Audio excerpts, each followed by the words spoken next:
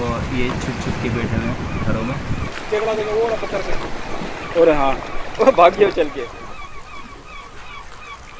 तो छोटे छोटे केकड़े अपना बसेरा कर रहे हैं और हमारे नईम साहब हैं जो कह रहे हैं कि मैं भी इन केकड़ों की तरह अंदर से होता हुआ इस तरफ से आके मैं निकलूँगा। आप इसको देखिएगा, देखते हैं ये इसमें कामयाब हो पाते हैं या नहीं। केकड़ों के साथ आ जाएं, केकड़े के ऊपर बैठ के देखते हैं कामयाब हो पा रहे नहीं। आवाज़ भी इनकी आ गई है, लाइट भी आ गई है, लेकिन खुद नहीं आ पा रहे शायद इतना गहरा नहीं है ये।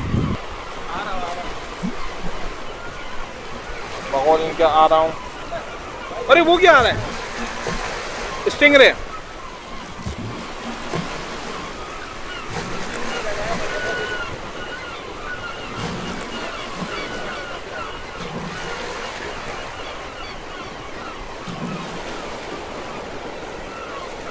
और ये यहाँ से बाहर आने में कामयाब हो गए हैं, बिल्कुल केकड़े की तरह ये भी बाहर आ गए हैं इस सुराख से।